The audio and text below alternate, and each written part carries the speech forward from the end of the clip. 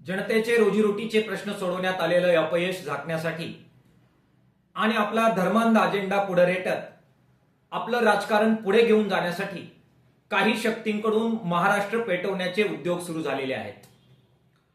राज्यात सत्तेवर असणारे मंत्री दिवसाढवळ्या रोज स्फोटक विधानं करतायत आणि जातीय तेढ निर्माण करण्याचा प्रयत्न करतायत।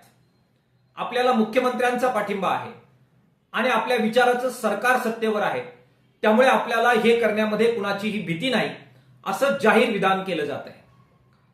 या संबंध पार्श्वभूमीवर महाराष्ट्रामध्ये अस्थिरता निर्माण झाली असताना नागपूरची घटना योग्यरित्या हाताळली असती तर त्या ठिकाणच्या दंगली टाळता आल्या असत्या असं म्हणायला वाव आहे।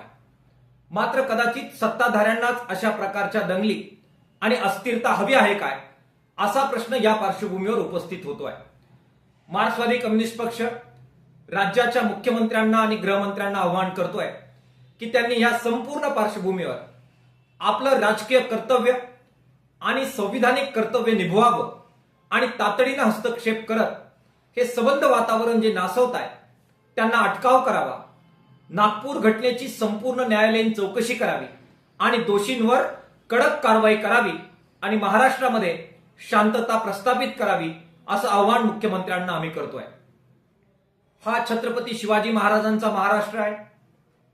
संत परंपरेचा आणि वारकरी परंपरेचा प्रेम आणि माणुसकीचा संदेश जपणारा महाराष्ट्र आहे। शाहू फुले आणि आंबेडकर यांच्या सामाजिक एकतेचा महाराष्ट्र आहे। महाराष्ट्राच्या जनतेनं हे भान ठेवत या संपूर्ण प्रक्रियेमध्ये शांतता, संयम आणि विवेक पाळावा अशा प्रकारचं सुद्धा आव्हान जनतेला मार्क्सवादी कम्युनिस्ट पक्षाच्या वतीनं आम्ही करतो आहोत।